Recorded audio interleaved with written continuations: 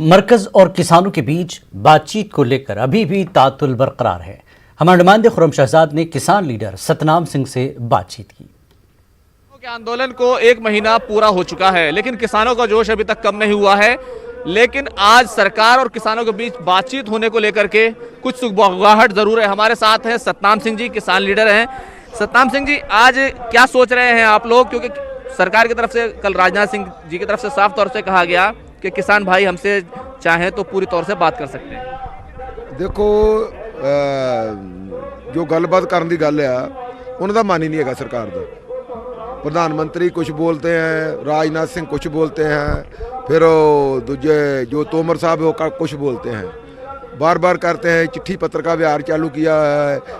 जब असं कह रहे हैं भी ये तीनों कानूनों को कोई एजेंडा बना ले, तीनों खेती कानूनों का रद्द करने का, और जी MSP है उसकी गारंटी दी जाए 23 फसलों की, प्रदूषण वाला एक्ट रद्द किया जाए, बिजली शोध बिल 2020 को रद्द किया जाए। ये एजेंडा बना ले, एजेंडा बना के कोई गल की जाए तो उससे अं गल कर लाँगे। ਹੁਣ जो भी ਸਮਾਂ ਸਥਾਨ किसान ਦੱਸਣ ਕੀ ਅਸੀਂ ਕੀ ਸਮਾਂ ਦੱਸਾਂਗੇ? ਅਸੀਂ ਤਾਂ ਫਰਿਆਦੀ ਇੱਥੇ ਬੈਠੇ ਹੋਏ, ਸੜਕਾਂ ਦੇ ਉੱਤੇ ਬੈਠੇ ਹੋਏ ਆ। ਅਸੀਂ ਕੀ ਸਮਾਂ ਦੱਸਾਂਗੇ ਉਹਨਾਂ ਨੂੰ? सर्दी दिल्ली में बहुत हो रही है, पारा भी टेम्परेचर है वो 4, 5, 6, 8 के आसपास रह रहा है। राजनाथ सिंह ने खासतौर से कहा कि आप जो संशोधन चाहते हैं हम वो करने के लिए तैयार हैं, आप हमसे बात करें। हाँ, तो यही बात है। जब पहले बात हो चुकी है उस पर शोधनों की गलबात जो है वो रद्द की जा चुकी है। किसान जथेबंदियों वालों जो शोधन की गल है वो गलबात रद्द की जा चुकी है। अब भी जो चिट्ठी उस दिन 20 तरीक को इन्होंने सरकार ने इधर पाई सी दी सी, ਉਹਦਾ भी जवाब दे दिया गया भी सानू शोधन मंजूर नहीं है, ਅਸੀਂ खेती के कानून रद्द करवाने हैं। ਜਦੋਂ शोधन मंजूर ही नहीं गा, ਰਾਜ ਸਿੰਘ ਦੇ ਗੱਲ ਦਾ ਕਹਿਣ ਦੇ ਵਿੱਚ ਕੀ ਉਹਦੇ 'ਚ ਕੋਈ ਤਰਕ ਨਹੀਂ ਲੱਗਦਾ ਸਾਨੂੰ। ਤੇ ਜੋ ਵੀ ਸਰਕਾਰ ਗੱਲ ਕਰ ਰਹੀ ਹੈ, ਰਣਨੀਤੀ ਦੇ ਤਹਿਤ ਕਰ ਰਹੀ ਹੈ, ਗਮਰਾਹ ਕਰਨ ਵਾਸਤੇ ਕਰ ਰਹੀ ਹੈ। ਦੇਸ਼ ਦੇ ਲੋਕਾਂ ਨੂੰ ਇਹ ਵਿਖਾਇਆ ਜਾਵੇ ਵੀ ਅਸੀਂ ਗੱਲਬਾਤ ਕਰਨ ਨੂੰ ਤਿਆਰ ਹਾਂ। ਅਸਲ ਦੇ ਵਿੱਚ ਸਰਕਾਰ ਗੱਲਬਾਤ ਕਰਨ ਨੂੰ ਤਿਆਰ ਹੀ ਨਹੀਂ, ਕੋਈ ਹੱਲ ਕੱਢਣ ਨੂੰ ਤਿਆਰ ਨਹੀਂ। ਉਹ ਤੇ ਇਹ ਕਹਿ ਰਹੇ ਕਾਨੂੰਨ ਹੈ ਬੜੇ ਚੰਗੇ। ਅੱਜ ਵੀ ਮੋਦੀ ਸਾਹਿਬ ਇਹੀ ਬੋਲਣ ਡਏ ਆ, ਕੱਲ भी जो बोले विज्ञान अपने उत्ते पार्लीमेंट च बोले आ। कल प्रधानमंत्री ने खास तौर से ये बोला कि किसान तो सर आंखों पर है, हमारे अन्नदाता है, लेकिन किसानों के पीछे कुछ दूसरे ऐसे लोग हैं जो देश के दुश्मन हैं। हाँ, देखो एक बन्ने तो ये बोल रहे हैं भी उसके पीछे कोई और बैठे हैं, गमराह कर रहे हैं।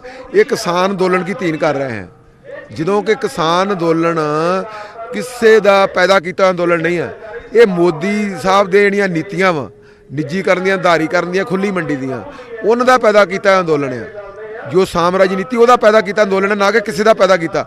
ਅਸੀਂ ਤਾਂ ਇੱਥੇ ਕਿਸੇ ਨੂੰ ਲਾਗੇ ਫਟਕਣ ਨਹੀਂ ਦਿੱਤਾ, ਕਿਸੇ ਰਾਜਨੀਤਿਕ ਪਾਰਟੀ ਦੇ ਬੰਦੇ ਨੂੰ ਕਦੇ ਸਟੇਜ ਦੇ ਲਾਗੇ ਨਹੀਂ ਆਉਣ ਤਾਂ। ਉਹ ਸਾਡੇ ਧਰਨੇ 'ਚ ਨਹੀਂ ਕਦੀ ਆਇਆ, ਤੁਸੀਂ ਦੇਖਿਆ ਕਦੀ ਇੱਥੇ? ਦੂਸਰੀ ਗੱਲ ਇਹ ਵੀ ਜਿਹੜਾ ਅਸੀਂ ਇਹਨਾਂ ਨੂੰ ਇੱਕੋ ਥਾਲੀ ਦੇ ਚੱਟੇ ਵੱਟੇ ਸਮਝਦੇ ਹਾਂ। ਜਿੰਨੀਆਂ ਵੀ ਰਾਜਨੀਤਿਕ ਪਾਰਟੀਆਂ ਵਾ, ਇਹਨਾਂ ਦੇ ਨੀਤੀਆਂ ਉੱਤੇ ਕੋਈ ਵੈਰ ਵਿਰੋਧ नहीं है। जिस तरह अच्छा, आज आप लोग 2 बजे के आसपास मीटिंग कर रहे हैं, इस तरह की बात है, तो क्या सरकार के प्रस्ताव पर आप किस हद तक आप लोग गौर करने वाले हैं?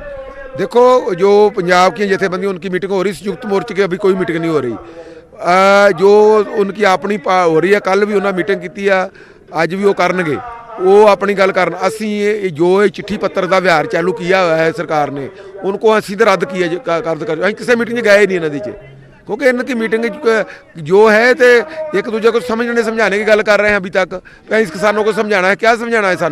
सानू समझ नहीं है क्या है नीति, क्या है, जो है कानून क्या है।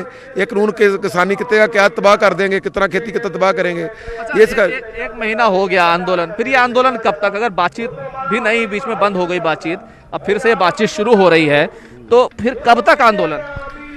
ये देखो, असी तो कह रहे हैं भी प्रधानमंत्री जी मन बनाउण, खुद अपना एजेंडा रख के आप किसान जथेबंदी को सदन, तो गलबात किसी सिरे लग जूगी।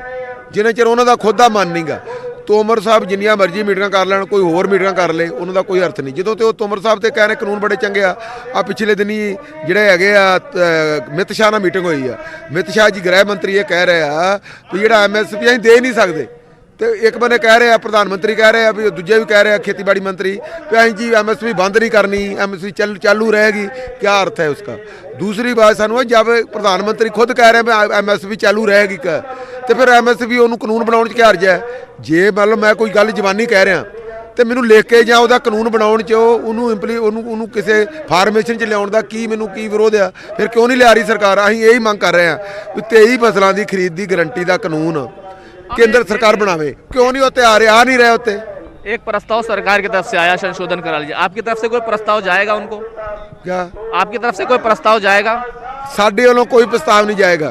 साढ़े वालों प्रस्ताव गया हुआ है, तीनों खेती कानून रद्द किए जाएं, MSP का वखरा कानून बनाया जाए।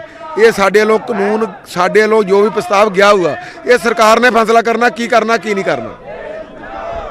ये सतनाम सिंह जी जिन्होंने साफ कर दिया है कि तीनों कानून रद्द किए जाए, प्रस्ताव हम नहीं भेजेंगे, सरकार को देखना है कि उसको क्या करना है। कैमरामैन गौरव गिरी के साथ खुरम शहजाद, सिंधु बॉर्डर, दिल्ली।